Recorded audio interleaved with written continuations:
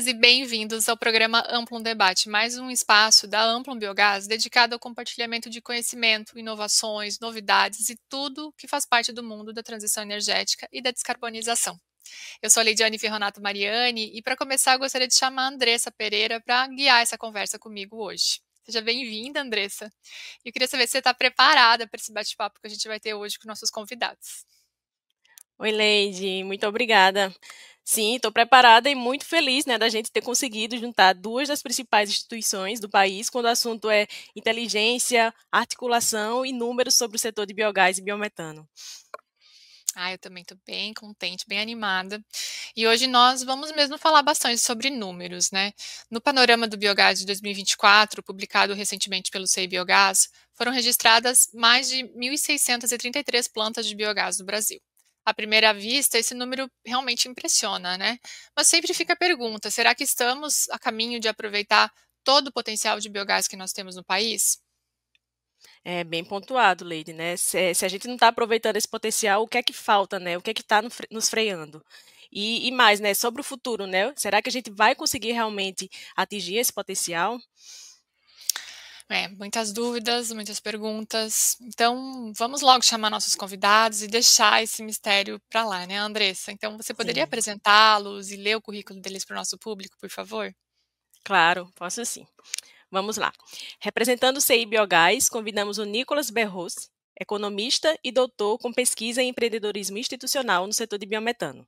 Nicolas faz parte do CI Biogás desde 2018 e atualmente lidera o time de inteligência de mercado, conduzindo o desenvolvimento de estudos de mercado, identificação de oportunidades, desenvolvimento de novos negócios e modelagens econômicas dos projetos. E para representar a Biogás, convidamos Tiago Santovito. Tiago é diretor executivo da Biogás, formado em contabilidade e possui pós-graduação em controladoria, e também em petróleo, gás natural e energia renovável. Antes de integrar a Biogás, Tiago atuou por mais de 20 anos no mercado de gás natural, com sólida experiência em praticamente todos os elos da cadeia de valor: produção, exploração, distribuição e grandes consumidores. Sejam muito bem-vindos, Tiago e Nicolas, a mais um episódio do Amplum Debate. Obrigado, é um prazer estar aqui. Obrigado, também é um prazer estar aqui com vocês, referências aí do setor de biogás e biometano. Que bom que vocês vieram, gente. Tiago, né, recém-chegado no setor, Nicolas já há bastante tempo nesse setor de biogás, é uma honra ter vocês aqui com a gente. Muito obrigada por terem aceito o nosso convite. Eu quero aproveitar esse momento inicial também para agradecer a você que está aqui nos acompanhando pelo YouTube e pelo Spotify. Nós esperamos que você aproveite muito esse episódio. Não esqueça de seguir o nosso canal e ativar as notificações para ficar por dentro de todos os novos episódios. Se quiser receber novidades sobre o setor e nossos novos episódios, no seu e-mail, acesse o link na descrição desse episódio e se cadastre na nossa newsletter. Ficaremos muito felizes com o seu engajamento por aqui. Então vamos lá agora, Nicolas, vamos começar com você. O Cibiogás lançou no final de maio o Panorama do Biogás 2024, um material muito aguardado por todos nós do setor, que a gente fica assim, será que o Cibiogás vai saltar? Quando vai ser o dia do lançamento, né? E é um levantamento que é um panorama, né, que traz um levantamento das plantas de biogás e biometano do Brasil. Então, para a gente começar a nossa conversa, eu gostaria que você compartilhasse com a gente os principais números desse estudo e a sua leitura sobre o crescimento do setor, com base na tua experiência, que vem acompanhando a evolução do setor de perto já há alguns anos. Eu sei que você trouxe alguns slides para a gente, né? Então fique à vontade de compartilhar a tela e fazer essa apresentação. Que bom que você gosta do panorama, Leide. A gente fica muito feliz com isso. Obrigado pela atenção. Fico bastante feliz de poder apresentar alguns números dessa publicação nossa aqui. Eu estou à frente dessa publicação já há 3 anos e ela dá muito trabalho para nós. Então, ela é uma publicação bastante aguardada justamente porque ela é feita na unha. Nós temos uma equipe grande por trás que prepara isso. Então, eu separei aqui alguns dos principais destaques dessa publicação para compartilhar com a turma aqui hoje. E em alguns dos slides vão ter esse QR Code em que o pessoal vai poder baixar a publicação pelo seu celular ou computador. Perfeito. Fique à vontade. O primeiro slide aqui é um infográfico chamado um diagrama de Sankey. ele responde algumas perguntas, que é da onde vem e para onde vai o biogás no Brasil. Então, nesse diagrama, a largura das curvas, ela representa a representatividade em percentual. Então, como que a gente vê esse diagrama? Do lado esquerdo, nós temos a origem, dividido entre biogás oriundo de resíduos da agropecuária, da indústria ou do saneamento, que é resíduos sólidos urbanos ou esgoto. E do lado direito, nós temos a aplicação energética. Para onde que está indo esse biogás? Energia térmica, biometano ou energia elétrica. Olhando alguns grandes números assim, a gente pode ver principalmente a representatividade do setor de saneamento no setor.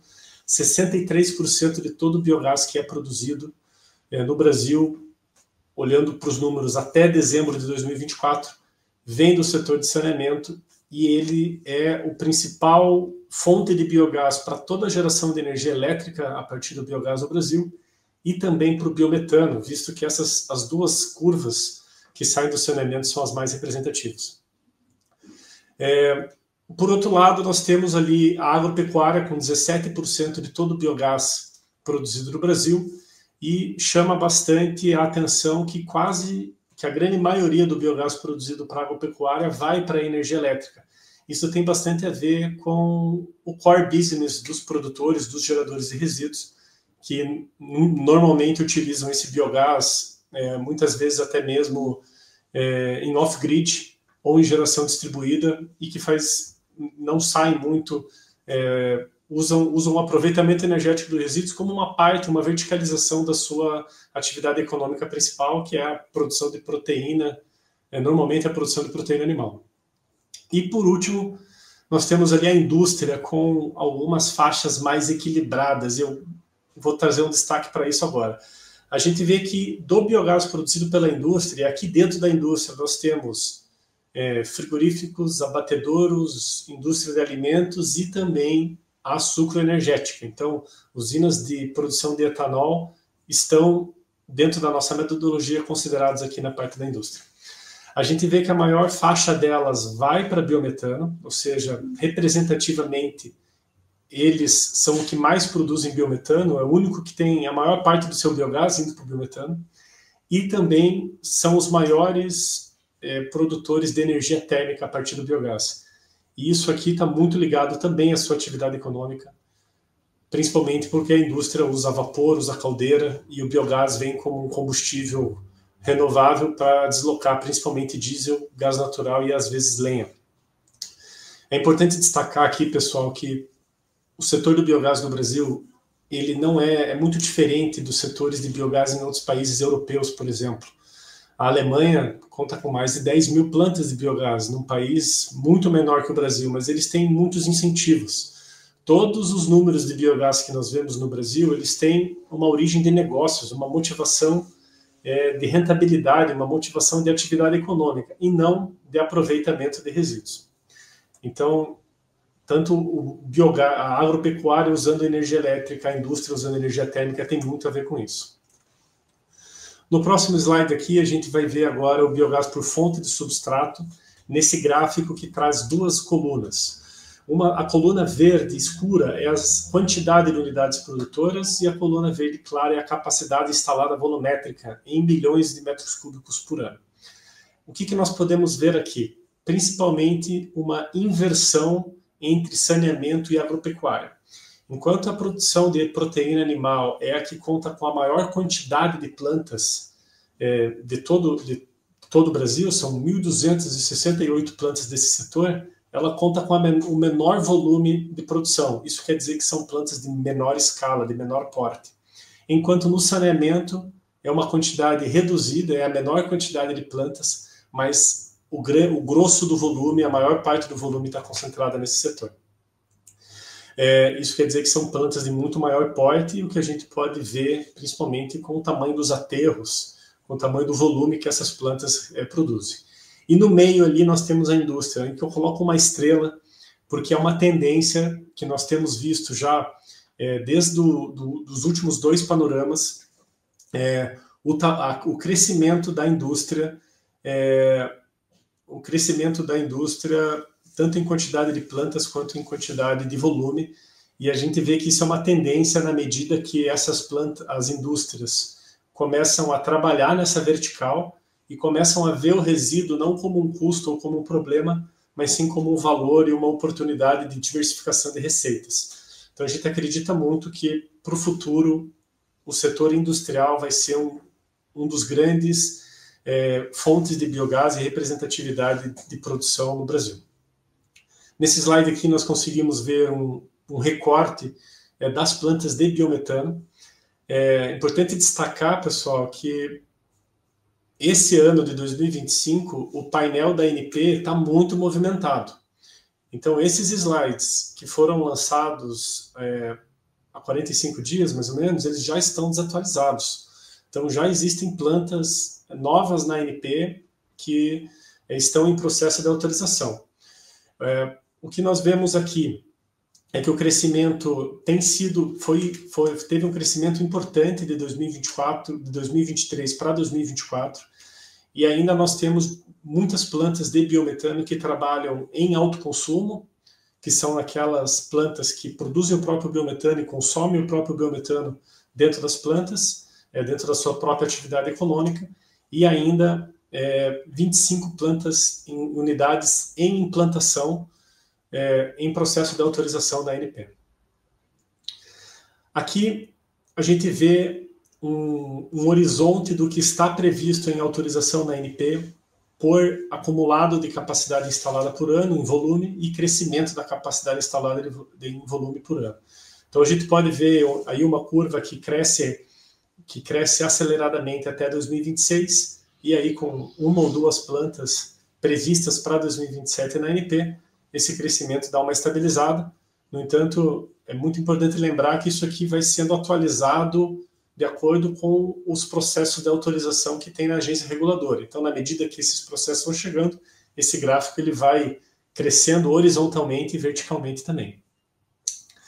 E no dia 20/6, faz 12 dias, eu fiz uma análise desse painel e preparei essa tabela dinâmica para trazer uma ideia de localização e também setor. Então, o que a gente pode ver com base nos processos que estão em autorização na ANP até a data de 20 de junho? Que 38% das plantas que estão em processo de autorização são do setor industrial. 36% são de aterros, 15% são do agro e 10% não tem especificado. E destas, os estados que mais se destacam, os top 3 estados, é o estado do Rio Grande do Sul e de São Paulo e o estado de Santa Catarina. O estado de São Paulo e do Rio Grande do Sul, principalmente pelos resíduos de aterro e de indústria. E o de Santa Catarina se destaca principalmente por ter 5 plantas em autorização do setor agro. E essas plantas estão muito vinculadas à suinocultura, o que faz bastante sentido com a questão regional do estado, que briga com o Paraná ali, ano sim, ano não, um passa a ocupar o primeiro lugar em maior produção e maior exportador de suínos do Brasil, o que é uma posição a nível ranking mundial. E aqui, chegando já para o fim da minha apresentação, pensando para ser algo rápido e para a gente usar o tempo depois para o nosso debate, eu trago mais uma visão regional do biogás pelo seu uso principal nas plantas de operação. Nós vemos o mapa do Brasil aqui por 2 óticas. Na ótica da esquerda, o número de produtores, e na ótica da direita, a capacidade instalada. Então, a gente pode ver o Paraná e Minas Gerais ali como os estados que contam com a maior quantidade de plantas em operação e instalação, e do lado direito a gente vê o estado de São Paulo como o estado com o maior volume de produção de biogás e biometano no Brasil. Isso tem bastante a ver com aquele outro gráfico que eu mostro da quantidade de plantas pelo volume de capacidade instalada volumétrica dos setores. Nesse caso aqui, o que nós estamos vendo é o estado de São Paulo com grandes aterros, menor quantidade de plantas e também de cana-de-açúcar, produzindo um grande volume de biogás, enquanto o estado do Paraná e Minas Gerais, só para destacar esses dois, que são os top 2, um perfil mais atrelado à proteína animal, atrelado a uma quantidade maior de plantas de menor porte. É importante destacar o tamanho da oportunidade que nós temos de crescer. A gente vê ainda o biogás muito concentrado em algumas poucas regiões. O Brasil é um país muito vasto, com muito resíduo, e é o aproveitamento energético desses resíduos, é essa virada de chave que vai poder trazer, uma aceleração e uma maior quantidade de desenvolvimento de novos negócios em todo o Brasil. E, para finalizar, gostaria de reforçar, convidar o pessoal a conhecer o Biogás Clube. É um clube de negócios dedicado exclusivamente ao mercado de biogás, com foco em promover oportunidades de negócios. Nesse link, nesse QR Code, você vai direto para a nossa página, e é uma oportunidade bacana para conhecer muita gente, fazer networking e receber informação direto da fonte do CI Biogás, sempre focado em negócios. Obrigado pelo espaço e vamos em frente. Nicolas, que dados incríveis, assim, assim, primeiramente, parabéns a toda a equipe que esteve diretamente envolvida, a equipe do CI Biogás, que trabalhou mais uma vez essa atualização dos dados, que dão base para essa publicação anual, né, do panorama do ano anterior, e aí já dá essa ansiedade, porque o setor está andando rápido, então aí você já trouxe uns dados do que está acontecendo esse ano, né, porque está avançando bem rápido, a gente vai conversar um pouco sobre isso, mas eu queria deixar esse parabéns e até colocar, assim, que eu tenho um carinho especial, né, Nicolas? A gente estava conversando um pouco sobre isso na reunião de alinhamento, que eu tenho um carinho especial por esse trabalho, porque quando eu era bolsista de desenvolvimento tecnológico e inovação, bolsista DTI do CI Biogás, para quem não sabe, né, eu trabalhei vários e vários anos no CI Biogás, quando nem era CI Biogás ainda, quando era CIB, e durante o meu doutorado eu era bolsista DTI do CI Biogás, e um dos capítulos, né, uma das partes da minha pesquisa foi criar a metodologia e essa base de dados, a primeira base de dados que dá origem ao Panorama, foi em 2018, faz um tempinho. Sim, essa história é muito bacana, Leide, e espero que você esteja feliz aí com o desenvolvimento da sementinha que você plantou. Foi. Sabe o que eu estava pensando? Bem nisso, bem em semente mesmo, assim, eu fiquei refletindo enquanto a gente preparava o roteiro, né? É uma semente, porque quando eu estava no doutorado, eu lembro que eu me fazia pergunta assim, né, era 2018, eu defendi a tese, até posso deixar o link da tese aí para quem quiser, tem lá a metodologia, os dados. E aí eu me perguntava, gente, todo mundo só fala de potencial, os estudos só falam em potencial, a gente só, né, o setor era bem menor, enfim, mas já tem plantas produzindo biogás e aproveitando energeticamente, por que a gente não começa a falar das que já estão fazendo isso, né? E aí eu decidi colocar no desenvolvimento e no doutorado estudar isso. Então foi o que você falou de na unha, né? Cara, é uma mineração de dados com base em dados eu lembro da época do MDL, que estavam nos dados do MCTI, ligar para um monte de gente, pedir de novo, por favor, manda dados. E eu fico bem orgulhosa, assim, que daí no final a gente conseguiu montar a base, construiu o Biogás Map, o Felipe Marques, que era meu supervisor na época, um dos supervisores, talvez lembre melhor, mas a gente conseguiu um apoio da GIZ para construir o Biogás Map, que deram um mapa onde apareciam todas as plantas e alguns dados.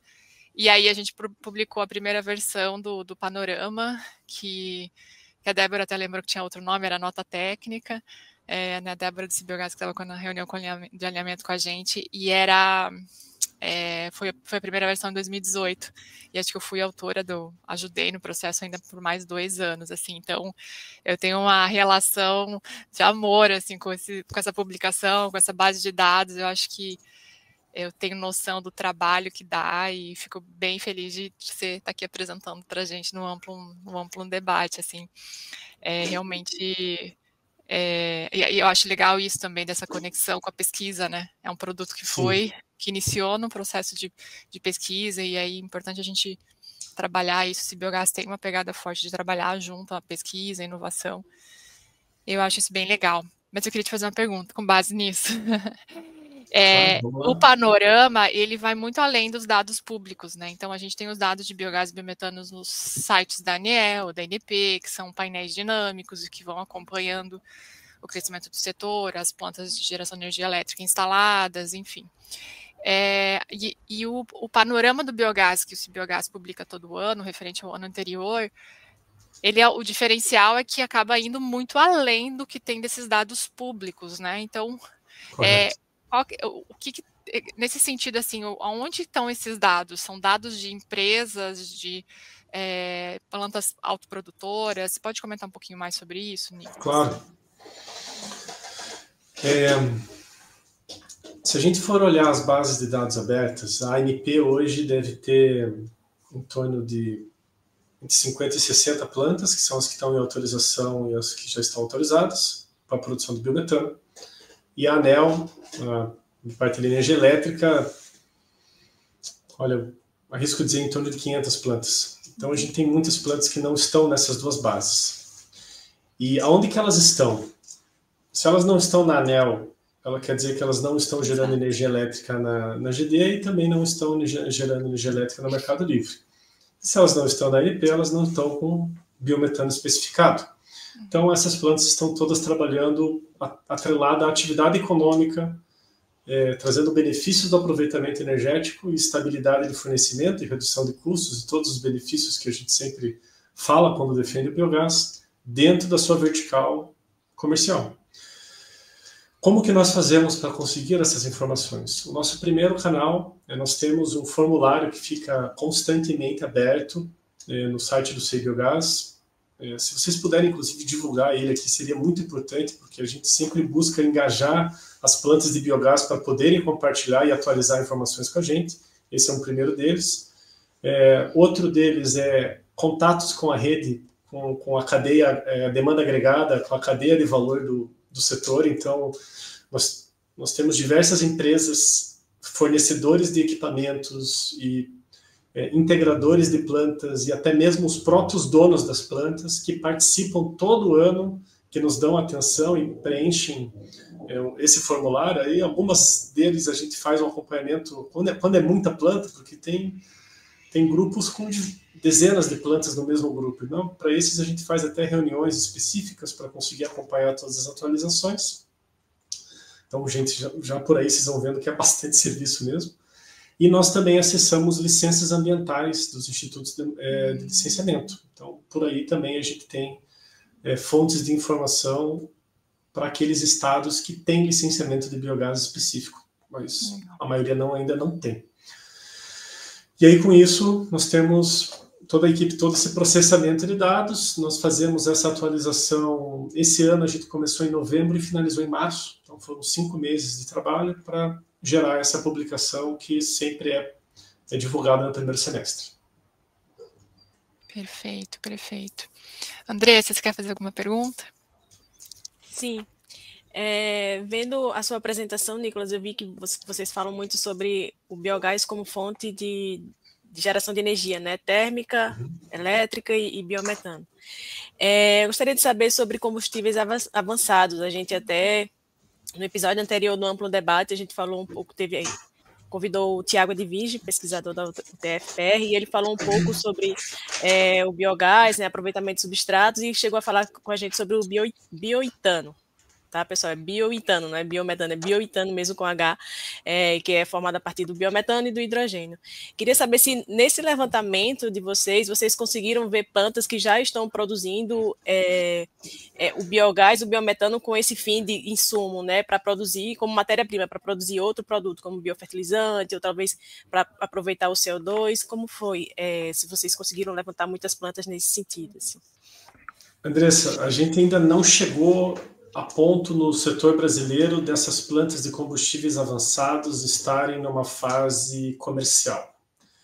Dessa forma, o panorama de 2024 ainda não trouxe esse tipo de aplicação. O que nós podemos ver que está bastante próximo da realidade e que já para o próximo panorama a gente talvez consiga já ter um filtro, talvez uma faixa naquele Sankey, tá? Sim. O aproveitamento do CO2, principalmente para a indústria alimentícia, food grade, porque o biometano está se expandindo e o CO2 é o off-gas do biometano. Agora, todo aquele leque de combustíveis avançados, parte de hidrogênio, metanol, hidrocarbonetos, os e-fuels também, eles ainda estão num TRL médio ali que a gente ainda não viu numa fase de aplicação. Eu espero que seja acelerado e nós estamos trabalhando para isso. Eu acho que vai demorar algumas versões do panorama aí para a gente conseguir ter uma amostra grande disso. Interessante, né? Algum número expressivo, né, que possa entrar ali no levantamento. Agora eu gostaria de convidar o Tiago para que ele possa trazer mais informações e a visão da Biogás, que tem se dedicado a levantar cada vez mais dados sobre o potencial e também sobre as perspectivas de crescimento da produção de biogás e biometano no Brasil. Tiago, você também trouxe a apresentação para a gente, né? Fique à vontade para apresentar, tá? O espaço é seu. Obrigado, Andressa, Leidiane. Acho que primeiro aqui parabenizar o trabalho de vocês. A gente vive num país tão carente de informação, né? A gente acabou de ver a apresentação aqui do Nicolas e o quão difícil é encontrar informação. Então, esse trabalho de vocês, ele é muito bom para a gente disseminar conhecimento e pulverizar cada vez mais aquilo que a gente estuda e conhece. Eu tenho uma apresentaçãozinha, são 6 slides, tá? Eu prometo que serei rápido também, para compartilhar aí com vocês. Basicamente, assim, antes de iniciar minha apresentação, só dizer o que é a Biogás, né, para a gente não entrar aqui direto nos números. A Biogás é a Associação Brasileira de Biogás. A gente tem como objetivo promover e desenvolver o uso do biogás e do biometano e fazer com que esse vetor de transição energética no Brasil seja bem valorizado. Basicamente, ali nós temos praticamente 160 associados. Esses 160 associados são de todos os elos da cadeia do biometano, então ali nós temos produtores de biogás e de biometano, temos prestadores de serviço, temos prestadores ou vendedores de soluções, e temos também grandes indústrias que estão pensando em descarbonizar suas operações. Entrando aqui especificamente, né, na pauta do nosso aqui podcast, só dizer também que eu estou aqui sendo porta-voz da Biogás, mas nós temos todo um time lá que faz todo esse levantamento, pessoal bem técnico, que se dedica a levantar essas informações. E, recentemente, nós publicamos essa nota técnica, é uma nota técnica que ela está um pouco defasada, e isso é até importante a gente aqui compartilhar, e eu sigo o que o Nicolas disse, né? A atualização dessas plantas, ela é uma atualização viva, né? A cada dia aí a gente acaba tendo informações de novas plantas, novos projetos, então, assim, esse acompanhamento, ele teria que ser feito mensalmente ou diariamente para dar a real situação do setor naquele momento, né? Então, essa nota técnica a gente acabou produzindo no final do ano passado, ela teve uma atualização, mas a gente ainda está revendo esses números, tá? Essa nota técnica é para mapear todas as plantas de biometano, a gente tem aqui um objetivo claro de identificar essas plantas até 2032. A fonte de dados dessa nota técnica, a gente pega isso com os associados, pega isso também através de dados públicos, e informações como também o Nicolas comentou, né, na ANEEL, na ANP e em órgãos competentes para isso. Nós também temos o objetivo de detalhar nessa nota técnica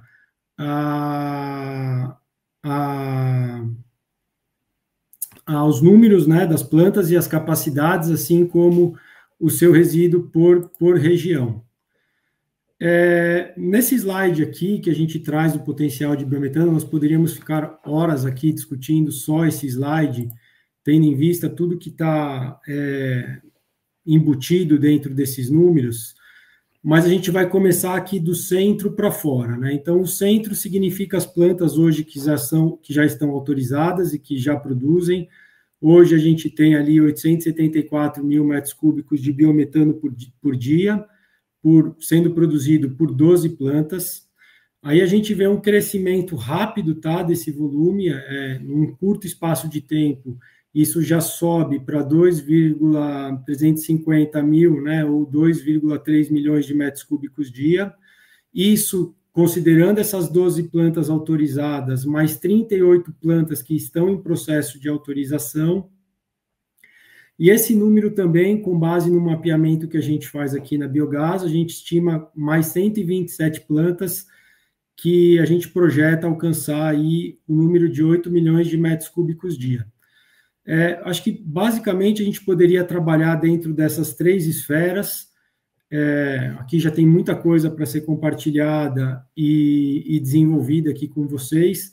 E tem um potencial teórico, que é um potencial bem grande, né, de 35 milhões de metros cúbicos dia, que é um potencial que a gente enxerga de curto prazo. A gente vai detalhar um pouco de onde vem esse número.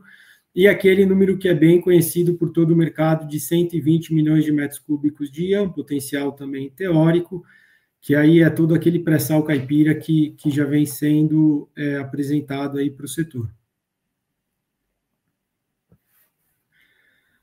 Dando andamento na apresentação, e esse gráfico também ele é super interessante, porque tem muita coisa aqui que está sendo dita, né? A primeira é um volume atual, conforme eu comentei, de 874 mil metros cúbicos dia, o que já está em autorização na ANP, mais 1,5 milhão dia, somando esses dois, dão aquele número que eu trouxe de 2,3 milhões de metros cúbicos dia.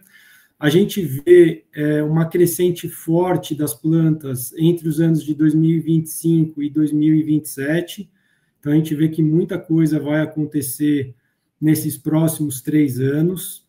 E pelo mapinha da esquerda, a gente vê ainda que a região norte é muito pouco explorada, né? Então, quando a gente fala daquele potencial teórico, e aí o Brasil ele tem uma vocação agrícola, né? O Brasil ele é o primeiro país de produção de açúcar, o primeiro país em produção de soja, laranja, café. Tem também a questão da parte de pecuária, né? Carne bovina, carne de frango, carne suína. Então, assim, o Brasil ele é um potencial enorme de geração de biometano. E quando a gente vê o tanto que ainda tem para se produzir, aí eu volto à pergunta inicial da Leidiane, né? Se estamos aproveitando todo esse potencial. Eu digo que ainda não, tá? Ainda não, mas ainda... a gente vai chegar lá para produzir tudo que é necessário e ajudar aí na descarbonização do país.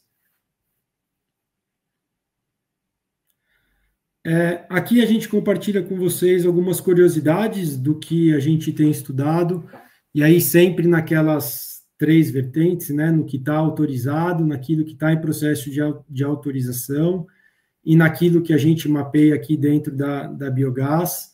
Então, dentro dessas 12 plantas autorizadas, e aí aqui muito vai casar, né, com o que o Nicolas trouxe, 8 plantas são de resíduo sólido urbano, 75% dessas plantas ficam no Sudeste, e a mais antiga que começou a operar é em 2020. Então, a gente vê ainda que é um mercado muito recente, né? Eu digo que a gente está nascendo, né? Está crescendo. Então, assim, é tudo muito recente dentro deste energético. Das 38 plantas em processo de autorização na ANP, 46% dessas plantas estão na região sul, e aí casa também com o que o Nicolas trouxe. 11 plantas são de aterro sanitário, a gente vê ainda que esse resíduo ele tem aí essa crescente inicial. E a maior planta de capacidade dentro dessas 38, ela tem um potencial de produzir 226 mil metros cúbicos dia.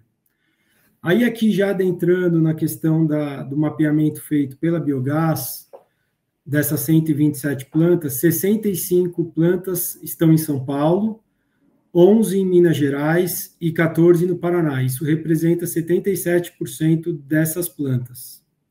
58% dessas plantas são sucro energético, então aqui a gente já vê uma migração de aterro sanitário para sucro energético. 60% dessas plantas serão instaladas entre o ano de 2026 e 2028, então esses anos são fundamentais para o crescimento desse volume de biometano, e dos 27 estados brasileiros, 11 não têm planta de biometano mapeada.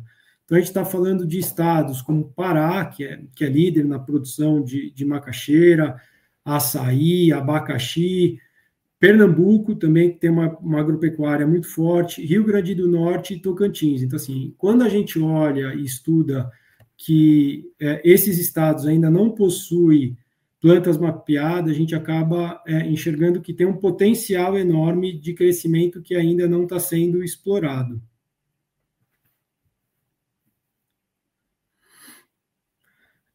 Aí aqui dando só uma visão geral do que a gente enxerga lá na frente, né? Quando a gente fala do pré-sal caipira e daqueles 120 milhões de metros cúbicos dia, como que isso vai estar composto dentro dos resíduos, né? Então, a gente vê uma liderança do resíduo sucroenergético com 57,6 milhões de metros cúbicos dia, proteína animal com 39 milhões de metros cúbicos dia, produção agrícola com 18 e saneamento com 6. Então, quando a gente olha todo esse potencial, a gente está se baseando nesse tipo de resíduo para ser explorado. Bom, era isso que a gente gostaria de compartilhar com vocês. Eu fico aqui à disposição das perguntas e também, se tiver alguma informação adicional que eu possa acrescentar, fico à disposição. Perfeito. Obrigada, Tiago. Foi excelente. Fiquei curiosa. Eu vi que na sua apresentação você falou principalmente, né, a maior parte só sobre biometano, né, que é uma das aplicações do biogás. Lá na apresentação do Nicolas, do panorama, né, ele trouxe os dados mostrando que o maior número de plantas de biogás no Brasil ainda vai para a aplicação de geração de energia elétrica, assim como o maior volume também é com esse fim. Por que você escolheu focar no biometano? Por conta da perspectiva que vocês aí na Biogás estão vendo, né, de acordo com as conversas que você tem com os associados, ou é porque você acha que realmente ano que vem vai estar lá o panorama, a gente vai ver que o maior volume agora já está indo para biometano? Como é que você vê isso? Boa pergunta, Andressa. Na verdade, é o estudo que a gente tem, né? E assim, acho que o foco é também no biometano, tendo em vista o mandato que em 2026 vai estar vigente sobre combustível do futuro. Então, a gente focou praticamente nesse energético para entender qual vai ser a relação, né, da produção de biometano frente à necessidade de descarbonização do setor de gás natural. Então, acho que através dessa necessidade a gente focou única e exclusivamente aqui no estudo de plantas de biometano. Também no setor de elétrica, né, de geração de energia elétrica, a gente tem tanto mercado livre com geração distribuída, as coisas já estão meio que estabelecidas, né, as políticas públicas já estão um pouco estabelecidas. Claro que a gente vê anualmente atualizações no setor, mas realmente na área de gás a gente ainda tem muito a explorar, né, principalmente questões de políticas públicas, né, para o setor. Ótimo. Leide, você tem alguma pergunta para o Tiago? Eu tenho, e até depois, quando a gente for para o debate, que aí o Nicolas volta, eu quero fazer essa mesma pergunta para o Nicolas, que o Nicolas também acabou focando um pouquinho mais em biometano, e eu sei que de 2023 para 2024 o volume direcionado de biogás para biometano cresceu bastante, né? E o que eu queria perguntar Nicolas que está nos bastidores aí, já se prepara, que a gente vai falar disso ainda. Mas, Tiago, você vem trabalhando no setor de gás natural, né? Você veio recentemente para a biogás, né, como a gente já falou, seja bem-vindo ao setor do bio. Você trabalhava com gás natural e tem toda essa visão de como o setor de gás natural trabalha, né? O que é os drivers, né, do setor de gás natural. E a gente queria saber assim, como que você vê a mudança até de mentalidade e direcionamento da indústria de gás natural com a criação do mandato que você acabou de comentar, de biometano e CEGOBs na Lei de Combustível do Futuro.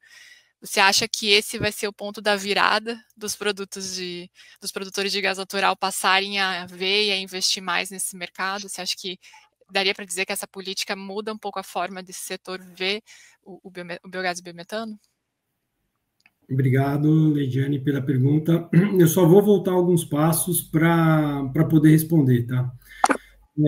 Na lei do gás, a lei 14.134 de 2021, ela traz uma equiparação do biometano ao gás natural, né? Então, ali a gente acaba tendo uma intercambiabilidade entre esses dois energéticos. E isso veio crescendo, inclusive, em notas técnicas da ANP e resoluções do CNPE, na qual esses dois energéticos, eles são similares. E são similares porque a forma de você entregar ele, a composição é a mesma, né? Os dois têm a mesma característica, que é o CH4, né? Então, a molécula, ela é a mesma, do gás natural e do biometano.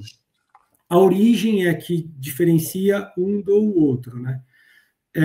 Acho que, assim, a necessidade de descarbonização não é só do setor de gás natural, né? Acho que passa por todos os elos de produção brasileira, o setor industrial, o setor de transporte. Então, assim, o que eu vejo é uma necessidade de descarbonização de diversos elos, de grandes indústrias. Eu, no passado recente, também trabalhei numa grande indústria e lá se debatia muito a questão da descarbonização, e o biometano se coloca com uma molécula aí disponível para esses setores também. Lógico que quando a gente tem essa intercambiabilidade entre gás natural e biometano, e você pode usufruir da mesma infraestrutura ou das mesmas regras que já estão estabelecidas, isso traz celeridade para o biometano. Hoje, o que acontece? A gente tem, basicamente, o abastecimento de gás natural na costa brasileira, né, que a gente chama que é o gasoduto Camarão. Ele vai de Fortaleza até Rio Grande do Sul. Tem o gasoduto da Bolívia, que é o único que corta a interiorização do país. E você tem o biometano muito produzido no meio do país, né? Então, assim, o grande desafio é como que a gente conecta essa infraestrutura onde está a produção de biometano, tá? Então, a partir do momento que a gente tiver isso estabelecido, eu acho que, assim, vai deslanchar e muito a produção de biometano, mas não está atrelado só a isso, né? A gente vê que existem outros modais que possam ser ofertados ao mercado, e isso também pode ser uma solução inicial para você ali desenvolver demandas através do biometano. Então, lógico que o mandato ele tem importância, né? Ele tem relevância, mas eu acho que ele não é uma pedra fundamental para quem vai investir em produção de biometano. Legal. Bom saber isso, né? Que tem outras alavancas, né? E não apenas a política, que vai ser importante, mas não é única. Olha, antes da gente ir para o nosso debate e chamar o Nicolas de volta para a tela, a gente vai ter um intervalo comercial rapidinho, viu, ouvintes, telespectadores, e aí a gente já volta, tá bem?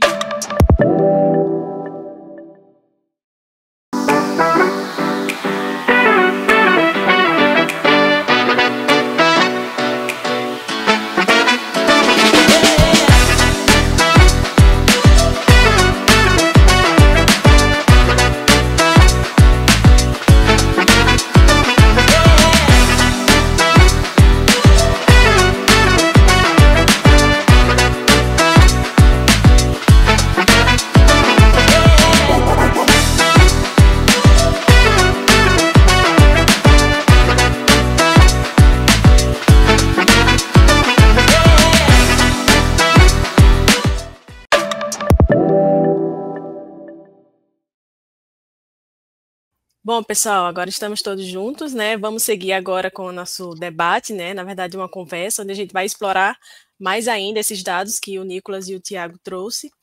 E aproveitando, quem estiver vendo esse episódio, quiser ter acesso a esse material que o Nicolas e o Tiago apresentou, a gente vai deixar o link aqui na descrição do episódio e vocês podem escrever para a gente para que possa receber esse material, tá? Então, vamos começar. Eu vou começar trazendo uma pergunta que a gente escuta muito aqui nos nossos cursos, né, dos nossos alunos, que é bem do início mesmo do biogás. Dos dados que vocês trouxeram, Nicolas e Tiago, e do que vocês veem nas conversas, o Tiago, né, nas conversas com os associados, e o Nicolas no levantamento das plantas para o panorama, quais os tipos de substratos que são mais utilizados em cada um dos setores que vocês apresentaram, né, da agropecuária, indústria e RSU e esgoto, né? Por exemplo, na agropecuária é mais suinocultura ou mais bovinocultura de leite, né? E na indústria, como é que vocês veem, Nicolas? Obrigado pela pergunta, Andressa. Todo bom projeto de biogás começa pelo resíduo. Então, a qualidade e adaptabilidade do resíduo para o processo de biodigestão é um fator crucial para o sucesso do empreendimento. Digo isso porque o principal resíduo em quantidade de plantas é a suinocultura. Também por motivos ambientais de tratamento do resíduo, por motivos de licenciamento da própria atividade do plantel do suinocultor, que precisa dar uma destinação para aquele resíduo, e por características de caracterização do resíduo. Então, vamos lá. O resíduo da suinocultura ele é muito pouco sólido, ele é muito líquido, ele é de 1 a 3% de sólidos, ou seja, o restante é água. Então, isso faz com que ele funcione muito bem com biodigestores de lagoa. Então, essa baixa demanda de complexidade tecnológica faz com que eles tenham um baixo custo de implantação. Então, respondendo a primeira pergunta, para a agropecuária, o resíduo da suinocultura é o que tem a maior quantidade. Inclusive, os órgãos ambientais estão acostumados a recomendar que os próprios produtores tenham biodigestores para que eles possam estar dentro dos requisitos de licença ambiental. Depois da suinocultura, existe o confinamento de gado. Lembrando que no Brasil, toda a suinocultura, assim, quase que 100% é confinada. Tá? O gado já é diferente. O gado de produção intensiva no Brasil, muitas vezes, a maior parte das vezes, ele está no pasto. Então, o gado confinado, e aí a gente entra na bovinocultura de leite, porque normalmente o gado de leite ele fica pelo menos 12 horas confinado para alimentação e retirada do leite. Tem alguns biodigestores, mas em menor quantidade. No setor de saneamento, o principal deles é o aterro sanitário, principalmente porque o próprio aterro sanitário é o biodigestor. Então, você não precisa de um biodigestor para produzir o biogás, ele mesmo já produz o biogás. E aterros sanitários, aqueles que são literalmente aterros sanitários e não outros tipos, como lixões, eles têm já a captação horizontal do biogás. Então, ou ele manda para um flare, ou ele manda para um aproveitamento energético. Então, é o mais frequente. E, em segundo lugar, existem as estações de tratamento de esgoto, principalmente aquelas que trabalham com reatores anaeróbicos, que da mesma forma que o aterro, pela sua própria operação, já produz o biogás. Agora, na parte da indústria, Andressa, aí já é difícil de eu cravar, sabe? Eu não tenho segurança sem olhar as tabelas, assim, mas principalmente na indústria ali, o que está trazendo aquele grande volume que vocês viram no panorama é sucro. E na parte do sucro é a produção de etanol, lembrando que o principal resíduo da produção de biogás no sucro é a vinhaça. E a produção de açúcar não produz vinhaça. Então, quando a gente vê usina de cana produzindo biogás, são usinas que produzem bastante etanol. E aí nós temos aí os abatedouros e outras indústrias de alimentos que produzem resíduos com alta carga orgânica, mas aí é mais diversificado, eu não consigo cravar um resíduo específico. Legal. Tiago, você nesses dados de novas plantas que a biogás vem acompanhando, vocês veem esse comportamento, especialmente da indústria, assim, do saneamento, né, que são as maiores plantas e que estão indo mais para esse caminho do biometano, é mais ou menos também esse comportamento, você vê que é mais aterros e setor sucroenergético também, a maior parte das plantas? Perfeito, Leidiane. A mesma linha que o Nicolas trouxe é o que a gente está enxergando, né? Então, eu separaria em dois momentos, né? Um momento atual e mais curto prazo, indo muito para saneamento, e quando a gente olha um pouco mais a médio e longo prazo, ali 2026 a 2028, a gente vê uma mudança da capacidade instalada e da produção indo para o sucro energético. Então, as informações que a gente obtém e trabalha caminha nesse sentido. Ok, então pode até ter uma mudança, né? Que atualmente o maior volume vem de aterros. E pode até ter uma mudança por causa da grande quantidade das usinas sucroenergéticas. E eu queria aproveitar e fazer uma outra pergunta. A gente começa a ver também bastante plantas com codigestão de resíduos, que vai ser até difícil. Eu imagino o desafio daqui a pouco de como classificar se uma planta recebe resíduos, né, Nicolas? Recebe resíduos de indústria e da pecuária, que já tem alguns casos, né? Majoritariamente tem uma usina, a usina da Cocal, por exemplo, que recebe alguma coisa de pecuária, e você começa a ter essa codigestão de resíduos, que é uma tendência, né, para as plantas de alta eficiência. Vocês estão vendo essa tendência também de codigestão? E aí eu queria aproveitar e já jogar na mesa o cultivo energético. Vocês estão vendo também se já tem alguma planta nesse sentido? Nós já estamos enfrentando esse problema de metodologia, tanto de codigestão quanto de coaplicação, mais de uma aplicação. Então, existem plantas que têm mais de uma aplicação de aproveitamento energético, energia e calor, ou, como a gente falou, calor e dióxido de carbono, ou calor e biometano. Isso depende muito da viabilidade econômica, mas vai começar a ficar cada vez mais frequente. E também a parte da parte de resíduos. Como que a gente tem trabalhado isso na base é a questão de aplicação principal ou principal tipo de resíduo. Tá? Qual foi a tua outra pergunta? Você falou do cultivo energético.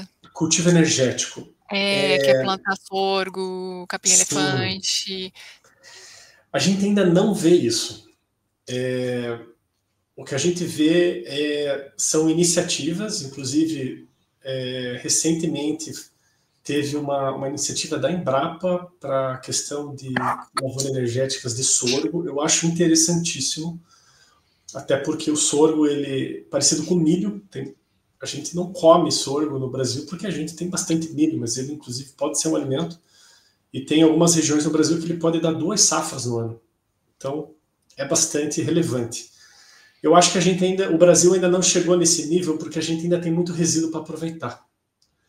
Então, outros países que, digamos assim, já lidam com o resíduo de uma forma mais avançada, ou tiveram mais tempo para avançar na questão da coleta seletiva e da destinação adequada dos resíduos, estão indo para a parte das lavouras energéticas.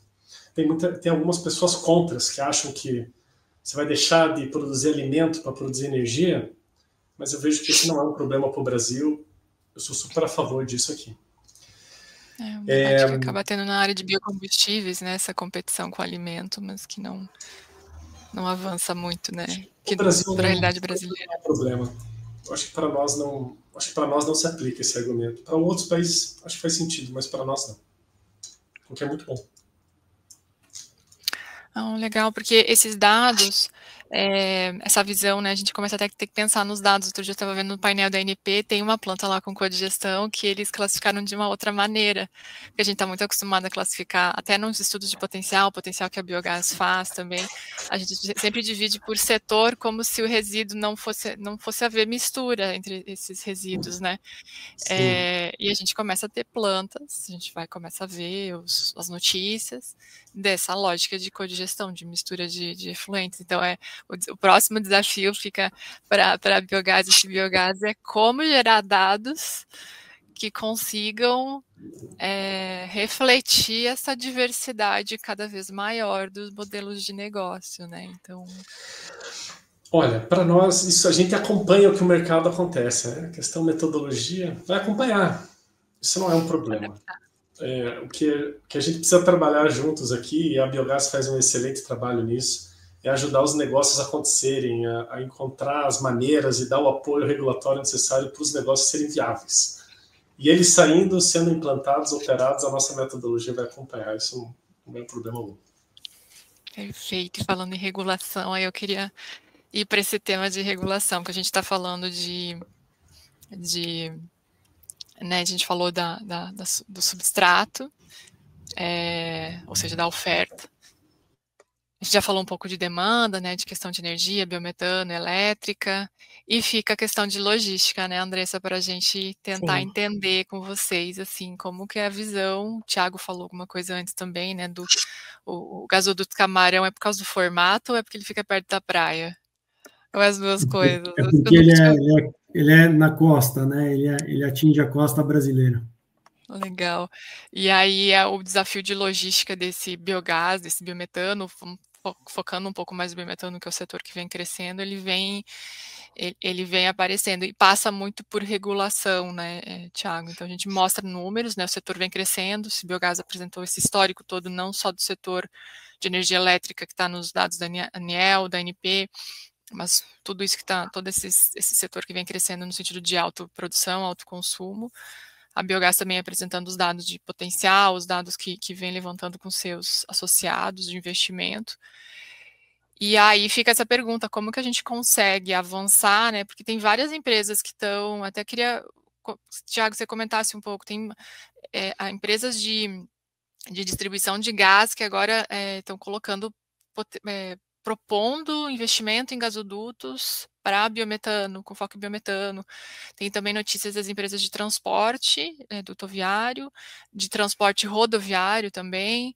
A empresa de pesquisa energética também fez alguns estudos sobre essa questão de logística de biometano.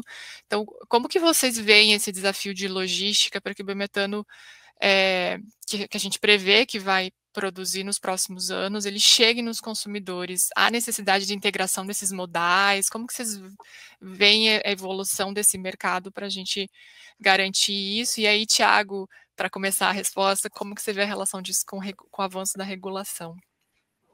Uma ótima pergunta, Leidiane. Assim, talvez eu não consiga responder ela rápido, tá? Vou gastar aqui alguns minutinhos. Acho que infraestrutura no Brasil é geral, né? Não é só para o nosso setor aqui de biogás e biometano. Existe uma carência geral no Brasil, é um país muito grande, né? País continental, então a infraestrutura sempre é um desafio. Falando aqui do nosso setor, né, de biometano, e que bom que a gente tem tanto as distribuidoras quanto transportadoras dutoviárias, né, tudo isso falando de duto, querendo conectar o biometano, né, significa que eles veem valor e acreditam no nosso setor. Então, isso posto, a gente vê, recentemente a gente viu em alguns estados, né, as agências reguladoras colocando no plano de expansão da distribuidora a conexão do biometano. E, recentemente, também a ANP está com uma consulta pública aberta, é a consulta pública 1 de 25, que ela trata de classificação de gasodutos, e lá um dos pontos é a conexão do biometano. Nessa consulta pública, a ANP não determinou a espessura do duto para conectar biometano, mas sim a pressão. Dentro da biogás, o que a gente trabalha nessa questão logística dutoviária? É sempre a visão do produtor. Então, o que a gente quer dizer com isso? Que o produtor ele quer se conectar independentemente com quem seja, se for distribuidor ou transportador, naquela opção que for a mais econômica possível e a mais rápida possível. Então, se perto da minha planta de produção de biometano tiver um transportador que ele seja mais econômico com uma distribuidora ou vice-versa, independente da espessura do duto ou da pressão do duto, que a gente se conecte naquilo que vai trazer economia para o setor e vai trazer, de certa forma, mais competitividade para o biometano. Então, é isso que a gente defende. Importante dizer que, assim, muitas vezes a regulação ela vem para atender as políticas públicas, né? E a gente também vê muito movimento de política pública para a descarbonização. Então, assim, as agências reguladoras, tanto estaduais quanto a federal, elas precisam estar alinhadas com essas políticas públicas, né? Então, a gente vê que tem diversos movimentos, né? A Lei do Combustível do Futuro é um desses movimentos de política pública que visa descarbonizar um setor. e que ainda precisa ser regulamentado, né? Então, a gente olha que o mandato entra agora em janeiro de 2026 e ainda tem muita coisa para se fazer. A gente sabe dos desafios, né? O que as agências reguladoras estão passando. A gente vê um enfraquecimento das agências reguladoras, isso não é bom, né? São órgãos técnicos e competentes e que têm um trabalho muito importante para os agentes que são regulados, né? Então, esse é um dos desafios, né? Não é só desafio de logística, também tem desafio de regulamentação para que a gente consiga trazer toda a potencialidade do nosso setor. Então, a lógica é a integração entre todos esses modais, né? E avançar. O importante é que esse biometano e a energia elétrica gerada a partir de biogás chegue nos consumidores de alguma maneira, né? O desafio é como conectar isso tudo, né? Porque são vários, assim, a gente vem acompanhando, né, até como associada da biogás, são vários níveis de regulação, né, um pouco diferente do setor elétrico, né, Tiago, você que é um especialista nisso, mas tem o setor, o federal controla a questão de transporte e a distribuição, que é nos estados, a regulação é feita no estadual.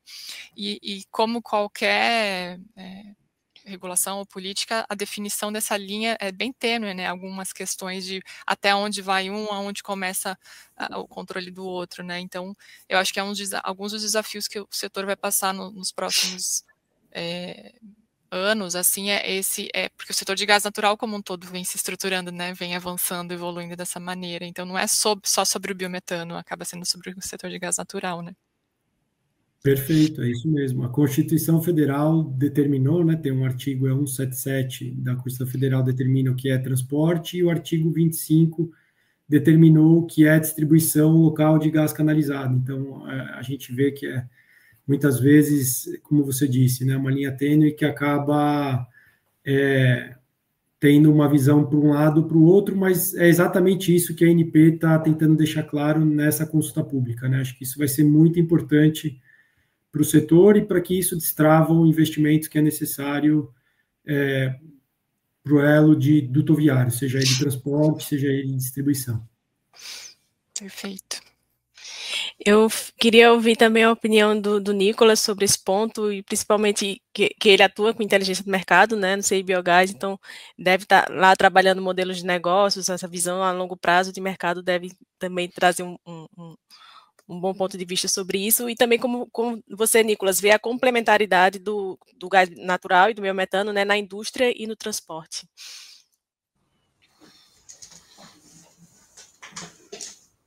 A gente vê a complementariedade como algo essencial para o biometano crescer.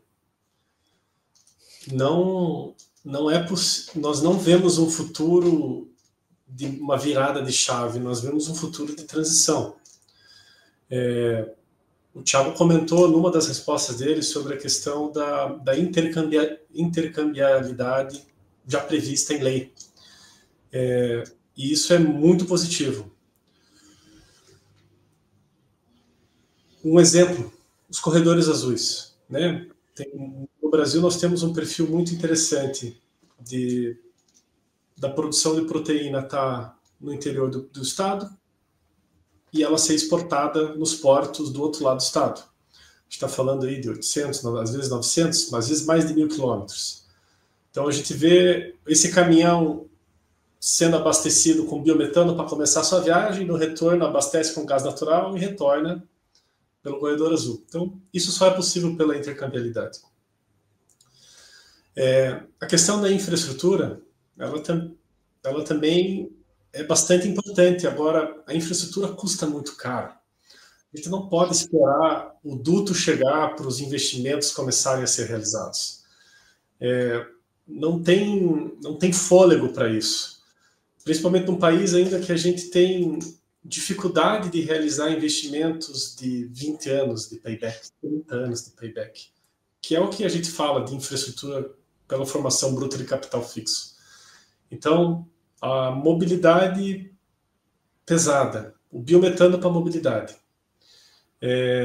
conectado com as atividades econômicas, levando em conta as características regionais, é um excelente caminho para que o biometano cresça. E essa complementariedade aí, Andressa, vai se dar principalmente no cilindro do caminhão.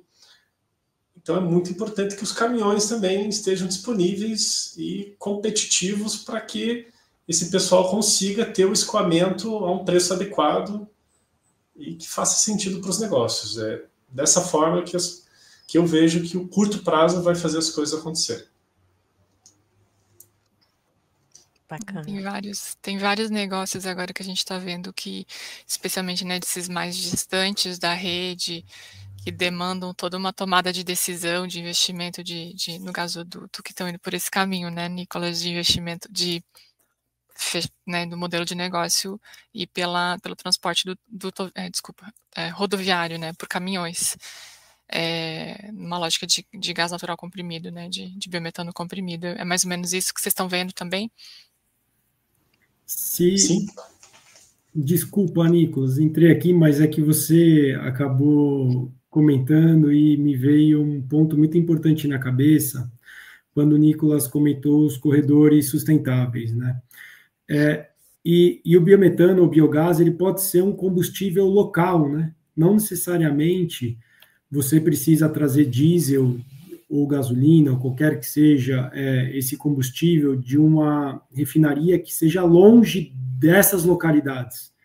Então, imagine que aqui em São Paulo, né, a gente tem Paulínia, uma das refinarias, tem que abastecer regiões que estão no interior, que é custoso você levar isso para lá. Então, o biometano e o biogás poderia ser o combustível de trocar esse energético do rodoviário, né, seja ele diesel ou gasolina, para o biometano numa solução local ali.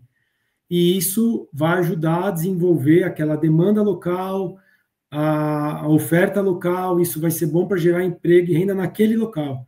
Então, não necessariamente é só por duto ou esse modelo de mercado de gás que a gente está acostumado. Eu enxergo para biogás e biometano um modelo diferenciado que ele é muito mais local e regional. Nicolas, você ia comentar algo? Obrigado pelo complemento, Thiago. Eu ia confirmar, Leide, que o teu entendimento está alinhado com o meu. E o biogás tem um DNA descentralizado. Então, e essa descentralização mostram isso, né? Sim, e essa descentralização ela traz competitividade. Então, logística no setor de energia é ligado à infraestrutura e é sinônimo de custo, né? Então, você pegar um diesel, qualquer outro combustível numa refinaria e levar para qualquer lugar, custa caro. Se você pode produzir um combustível substituto e ainda mais renovável, próximo do local de consumo, você ganha competitividade.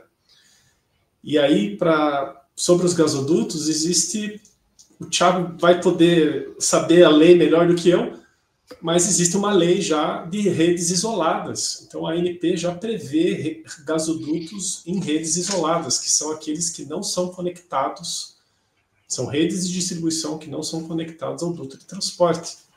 Isso já tem outros exemplos no Brasil, alguns deles já rodam com mix de biometano e gás natural, mas redes isoladas para distribuição de biometano, já conectando ali direto o produtor com os consumidores, é algo que a gente vê muito próspero para ter um fornecimento constante e dar previsibilidade para os negócios.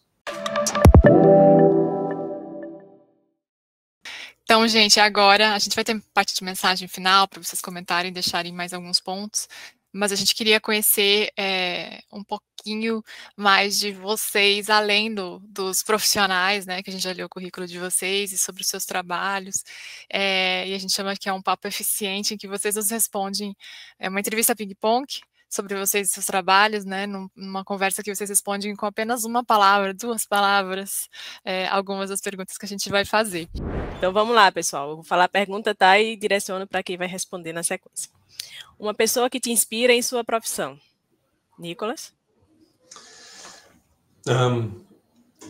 Eu sou muito inspirado pelo Warren Buffett, que é o referência em análise fundamentalista de investimentos e me ajuda bastante nessa parte de viabilidade de projetos.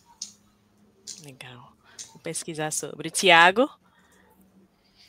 O meu seria o Ayrton Senna, porque apesar de todas as diversidades que ele teve, ele sempre correu atrás, estava determinado e focado onde ele queria chegar. Então, levo ele como exemplo. Bacana. Um sonho, gente. Vai lá, Tiago, você agora. Meu sonho, eu diria que seria ver meus filhos crescerem, né? Estar próximo a eles e acompanhar a jornada e saber que a gente plantou a sementinha correta, né? E eles tomaram o caminho correto da vida. Não. Essa pegou fundo. Para quem é mãe, né? O Nicolas também que é pai. E você, Nicolas, qual é um sonho? Eu vou responder meu sonho mais para a parte profissional. Eu espero ver o biometano tomando um tamanho que o etanol tem no Brasil hoje. Boa. Um medo, Nicolas. Também na parte profissional, eu tenho medo que a nossa civilização aí não vire a chave para se desviciar dos combustíveis fósseis e a gente tenha um futuro para os nossos filhos e netos muito difícil. Sim. Um medo, Tiago? Bom, meu medo vai muito no sentido do Nicolas também, não só na parte da transição energética, mas também na parte da educação, né? Acho que a gente está tão carente de educação, eu tenho um receio que isso impacte as gerações seguintes. Então, gostaria de ver mais sendo feito pela educação no país. Legal.